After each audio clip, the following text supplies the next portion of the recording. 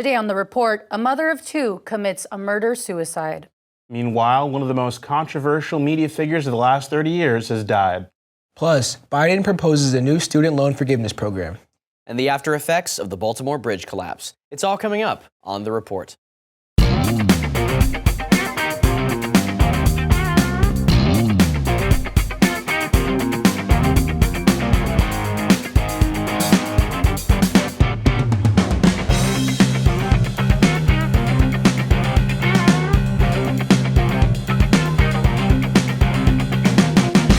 Hello, I'm Jasmine Alvarez. I'm Kemdi Wosu. I'm Justin Rosette. And I'm Noah Sakatis. Don't forget to follow us on X at The Report CSUF and on our Titan TV Instagram at Titan TV CSUF to keep in touch with us and keep up with the latest content. A string of crime scenes unfolded this past Monday when two children were found on the 405 freeway in Westchester. At approximately 4:30 in the morning, a witness called 911 stating that a baby and a girl were found injured on the freeway near Howard Hughes. The 8-month-old baby was pronounced dead and the 9-year-old girl was rushed to the hospital. The witness mentioned that a black sedan had been driving in the area during the incident. Investigators later discovered the incident was only one of 3 connected crimes. Earlier, at around 3:30 a.m., residents at the Montecito apartment complex heard a domestic violence dispute. A neighbor decided to walk out into the hallway and discovered a trail of blood coming from the family's residence. The suspect had left the door wide open, and the father, who was identified as 29-year-old Jalen Allen Cheney, had been stabbed and was lying face down in a pool of blood. A loud thump was heard by residents as the suspect drove the sedan straight through the apartment gate and then sped off. A fatal crash was reported at Redondo Beach. The driver had crashed their black Porsche Cayenne into a tree near a church. The description of the vehicle matched that of the sedan seen at the time the girls were left on the freeway. The deceased driver behind the wheel and suspected murderer is none other than 34-year-old Danielle Johnson, the mother of the 2 children and partner of Cheney. Police claim that Johnson drove at speeds exceeding 100 miles per hour when she crashed into the tree, leading investigators to conclude she did this as a suicide attempt.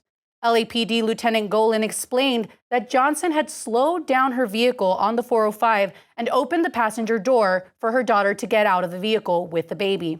When the daughter refused, Johnson forcibly pushed the daughter out in the middle of the freeway while the car was still moving. Since the daughter was holding the baby at the time she was pushed out, she lost hold of the baby as she hit the ground. The baby was hit by a car and pronounced dead at the scene. The daughter was able to get up and move away from oncoming traffic, making her the eyewitness to her father's murder and the sole survivor of this murder-suicide. Well, guys, this is definitely a horrific case. Curious to see, what are your guys' thoughts? Do you think that this could have been prevented? You know, they talk about how neighbors heard screaming, they heard altercations around 3:30 in the morning. Your thoughts? If this family had any prior incidents or run-ins with, say, authorities or check-ins at least, welfare checks with the police, it's clear that with these kind of families that have these violent tendencies, whoever that may be, police really need to have those welfare checks. They need to take care of that. Welfare checks need to be done on families with violent histories and with reputations with police. That needs to get done because this possibly could have been prevented if we had just made sure that these kids were out of that dangerous situation prior to. Yeah. I also think, I was looking at this report previously, and I know they mentioned something about the fights or the arguments never go as late as they usually do, meaning that they happen, and they happen frequently to a point where people are like, oh, here we go again. Here we go again. Right. But that shouldn't be the norm. We shouldn't have that be the norm in a neighborhood that just there are these people in the neighborhood, they're constantly screaming at each other. Eventually, tension is going to build up, something's going to boil over, and something bad's going to happen. There's a lot of reprehensibility in this day and age into removing children from the household by police force. You know, you see it's generally justified or at least more okay when it's a social worker doing it because it's in the good of said progress, but when it's police coming in and forcibly removing the children who actually have the means to do it, rather than the social worker who is not armed, is in no way safe from a violent situation, you're going to have serious problems. And that needs to be, that image of the police going into actually potentially saving children's lives in those dangerous matters in those households, that needs to be changed, the image of. I agree. Yeah, and I think it's especially important to have these kind of wellness checks on families, like you said, especially when they have children, because I just think this is obviously just a terrifying situation. You talk about a 9-year-old daughter now who's not going to have her mom, is not going to have, and she had to witness her mom's boyfriend, who wasn't her dad, but her mom's boyfriend, being killed right in front of her, and her little sister falling out of her hands on the freeway and, you know, being killed in front of her. And those are things that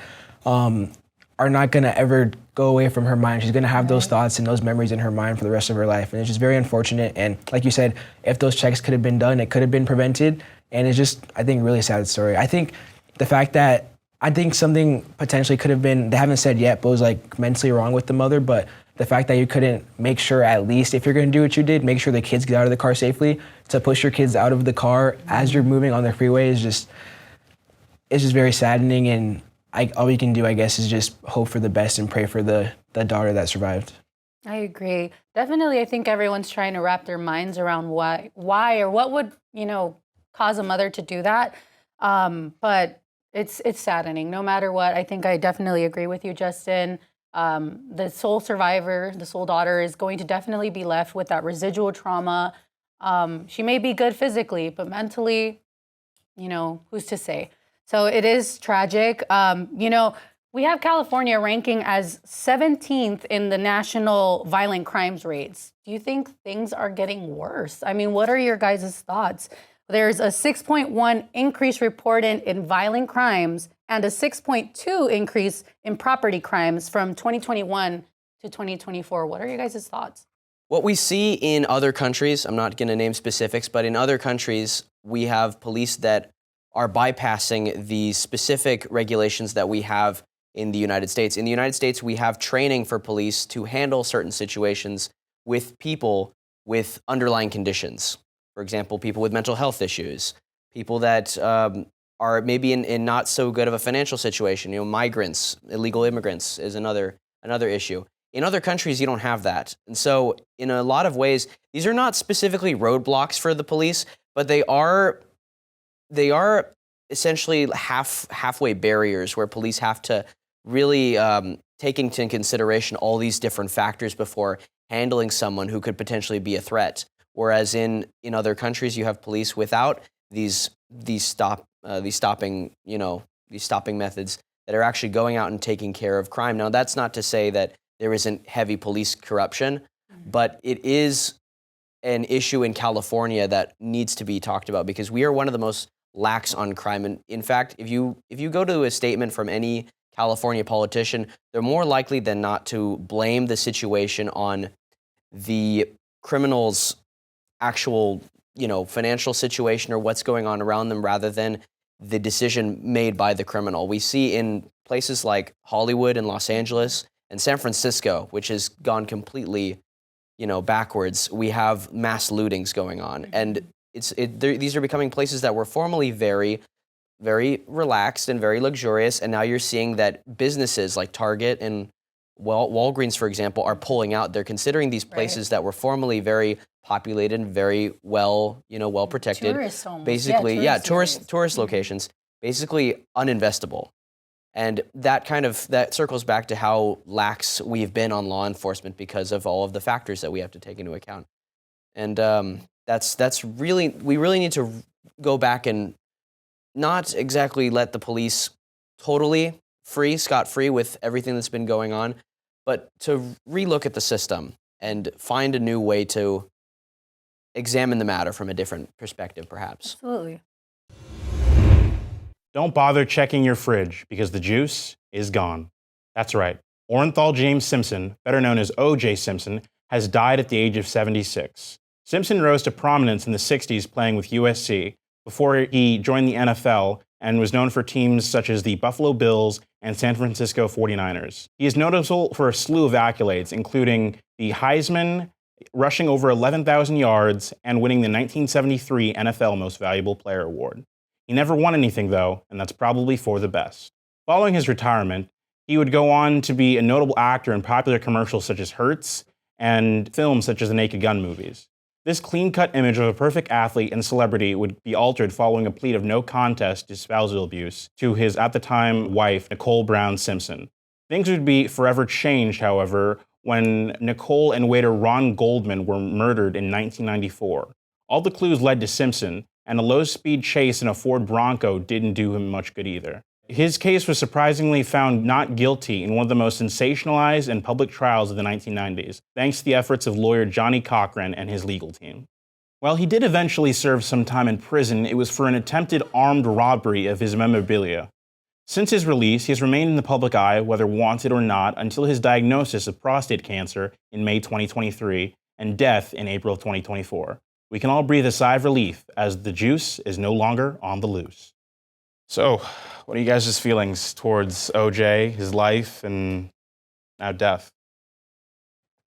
I think waking up this morning was like definitely, like I check my phone, the first thing I see is like a text message saying like OJ is dead, and it's definitely one of those things. I feel like anytime you get one of those messages saying like a celebrity, whether it was like someone that you liked or didn't like, it's definitely like a shocking thing, and for me, I always have to like kind of reflect on life. I'm like, man, this person like died today. It's always like a big thing to me. But I was thinking earlier, like it's crazy because everyone knows OJ is synonymous for like the chase and like the murder case, but none of us were alive at that time. And so I think it's crazy that we all know about OJ and his story, like even though that was before our time, and it's just crazy how that like moved over time. But I think one thing I wanted to bring up is that he died to prostate cancer, and I was looking at it earlier. I talked to some of my family members, and some people in my family in the past have had prostate cancer, and I looked it up, and it says that prostate cancer is a lot more common in Black men, and it says that 1 in 6 men in their life will have prostate cancer, and they're much more likely than like other ethnicities of men. So I think that's like a bigger issue in this matter of like, no matter what you think about OJ, he did die to prostate cancer, and that is a big thing when it comes to Black men. So it was definitely scary for me to think about, but that's what I thought about it. If Norm Macdonald were still alive today, he would have a lot to say. I don't really feel that much remorse for the fact that he's dead. He killed his ex-wife and her boyfriend. It's sad that he died of cancer. Nobody deserves that death, but I don't feel as much remorse as maybe others might for what he did and his passing. But, it's a sad event anyways. Definitely. I think definitely he was infamous.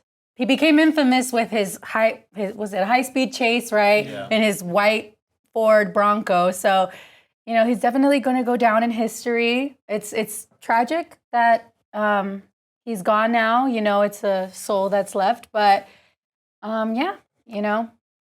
I guess it leaves you with the thought, reminder of how short life is and how you have to take it. You need to appreciate it. Less than a year after the Supreme Court struck down Biden's bill to relieve Americans of student debt, the president is back with a revised plan. The new plan could potentially help 30 million people erase some or all of their student loan debt. Biden, who had made student loan relief a major campaign pledge, stated, quote, "The ability for working and middle-class folks to repay their student loans has become so burdensome that a lot can't repay it for even decades after being in school," end quote. The point is that upwards of 43 million people are carrying $1.7 trillion in student debt. That is an astonishing number. Biden's new bill counts on a different law to provide debt relief than the previous plan. Instead of the pandemic-era HEROES Act, Biden proposes to rely on an older law called the Higher Education Act. This act allows the Secretary of Education to compromise, waive, or release federal student loans. Here's who will qualify. 2.5 million borrowers who have been in repayment from 20 years or more, people with debt who attended low financial value programs, people experiencing hardship in paying back their loans, 25 million borrowers whose balances ballooned because of interest, and 2 million low and income borrowers who qualify for forgiveness but haven't applied. The Education Department said it plans to release a formal proposal in the coming months. With conservative opponents expected to challenge Biden's plan in court, debt relief continues to be a topic of anticipated debate.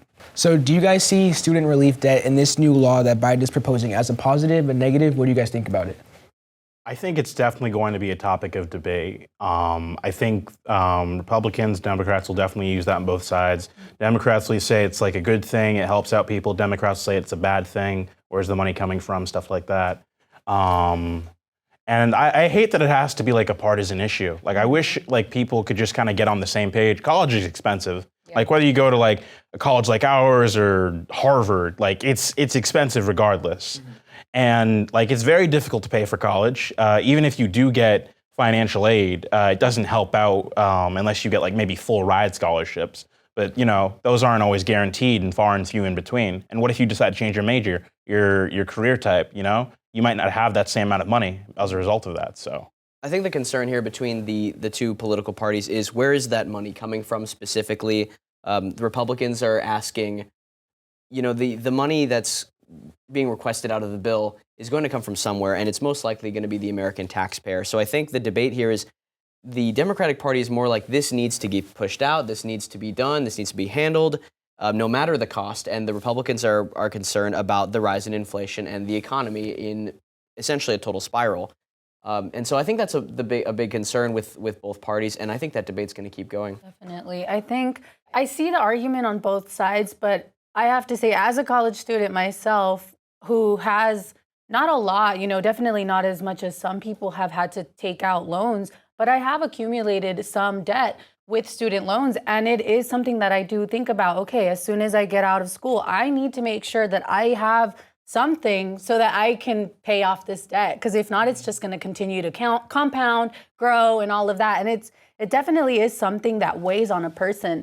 And I can't even imagine, you know, definitely those careers that take a long time, right? They're years and years of education. And unfortunately, the way that it seems to be going in this economy, if you don't have an education, you better hustle a lot to make it. It's not that you can't make it. You definitely can, and you can succeed without a college degree. However, you have to have connections. You need to know how to network. You need to know how to talk to people. You have to be willing to put in a lot of years of maybe being in the bottom before you can reach the top. And also be aware of the fact that your way to the top may be a lot slower because you don't have those degrees behind your name. So this is something we need to be aware of. We need to know, like, it's affecting our generation. And as years come to pass, I have a feeling that they're only going to want and require more degrees. And with that, we've also been seeing that as they want more degrees, the schools have also been asking for what? More money.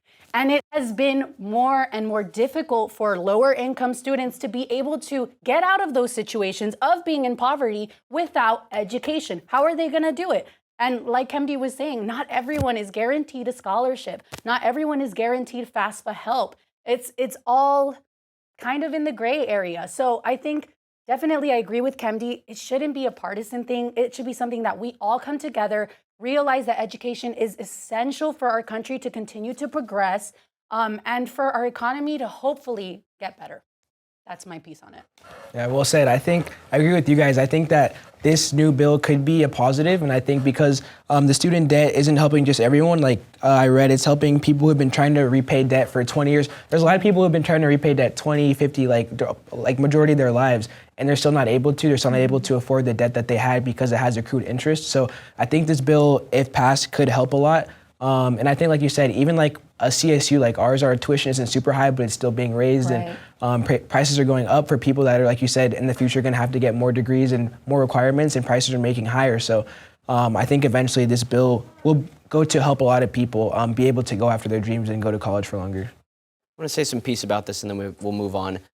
College should not be lowering its tuition costs. I think, honestly, they should be increasing them, because if we think about it, college should not be for everyone. I mean, if you look at our current levels right now, our intelligence scores, the amount of students that we're graduating versus students that are graduating from, say, other countries, China and India, where we have a very large percentage of Ivy League students coming over the United States and basically conducting our education and following through and graduating. What we're seeing is a number of massive acceptance into colleges, but a very low graduation score. So what we are doing is we are essentially letting in a ton of students that are not prepared for the kind of education that is being provided to them, because it's extremely out of their league. What we should be doing is we should be allowing students in that are getting the highest test scores, that are the most intelligent.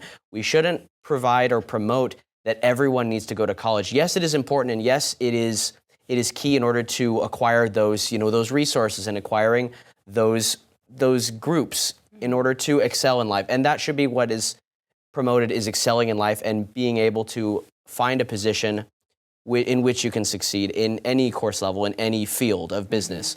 college should not, I believe that college is important, but it's not essential. And I think the numbers speak for themselves in this case. On March 28, 2024, the city of Baltimore's Francis Scott Key Bridge collapsed as a result of a ship strike resulting in heavy damage and several people who were on the bridge to go missing. Rescue teams and cleanup efforts have been rapidly trying to find the missing people as well as get the wreckage out of the water. Brigadier General John Lloyd, the North Atlantic Division commander for the U.S. Army Corps of Engineers, stated in an interview, quote, "I think it already looks different again from when I was out there last week to compare it to when I was just out there," end quote. Crews are lifting massive pieces of steel, surveying the wreckage underwater, and calculating how to remove bridge debris buried 30 feet down in the mud on the rescue side. Divers are still looking for the remaining victims, but are having a hard time searching through all of the debris. Lloyd further stated, quote, "We are absolutely going to get this federal channel back open and the port of Baltimore back open," and continued, quote, "We know how important it is, not only to the city of Baltimore and the state of Maryland for getting the port back open, but for the nation," end quote. How long do you guys think the cleanup and rescue will take at this point from beginning to finish? I definitely think they're going to try to speed it up. I mean, it is a major bridge. Like you were talking before, you were going on a trip, and you couldn't go because the bridge collapsed. Yeah, so. from Maryland to New York, yeah. Wow. I do think they're going to try to speed this up. This is an important bridge, and they definitely want to get all the debris out of the way. It also, Francis Scott Key Bridge, that's like a notable landmark, I'm assuming, in the city of Baltimore. So they're going to want to, I'm sure they're not going to get everything rebuilt anytime soon, but definitely at least clean up the area and just like go as fast as they can in terms of like speeding up their efforts. Yeah, I saw that they're looking to rebuild it. It says it's projected to cost over like $400 million and take anywhere from several months to several years. So I think, like you said, they may try to speed it up. But yeah, I think overall it is obviously a very big bridge. And like seeing that video is so heartbreaking of how the bridge collapsed and knowing that the 6 people there that were working on the crew died. And also, if you can see on the video that the cars that were on the bridge that people were just driving, like just barely made it off the bridge before it collapsed. So yeah, overall, I hope they can get it back up as quickly as possible, but it definitely will be a very expensive and very long process, I think. What do you guys say about the fringe conspiracy theorists that believe that this was a planned demolition of the bridge, and that it's all some big plan by Baltimore in order to rebuild their bridge? Things like that, I don't believe, and so when I'm on like social media and I see stuff like that, it's just like those people have nothing better to do. They're looking for reasons to, conspiracy theorists are going to make conspiracy theories. Like when they see a big thing happen, it's going to be like, oh, they did that. It's like, I don't think that's true, so I'm not going to bother thinking about it or like putting my mind into those conspiracy theories. So yeah, some conspiracy theories are like, interesting to think, oh, that's an interesting little theory. But like, I feel like if you go too into them, it's just like, why can't you just accept things for the way they are, Right. I agree, definitely. And, I think hopefully everyone's saying that hopefully they build the bridge quickly. My thing is safely. I hope that they build the bridge to where it's up to date with now current safety times. Definitely looking at the type of vessels and ships that we have on our rivers, on our waters, because it's definitely something to take into consideration now when constructing the new bridge. So hopefully it is quick. Hopefully it's done safely, taking into consideration all of those wonderful things that we need. And with that, we're out of time for today. Thanks to you all for tuning in. Be sure to keep in touch with us for the latest in world news and different views. we'll see you all next time on The Report.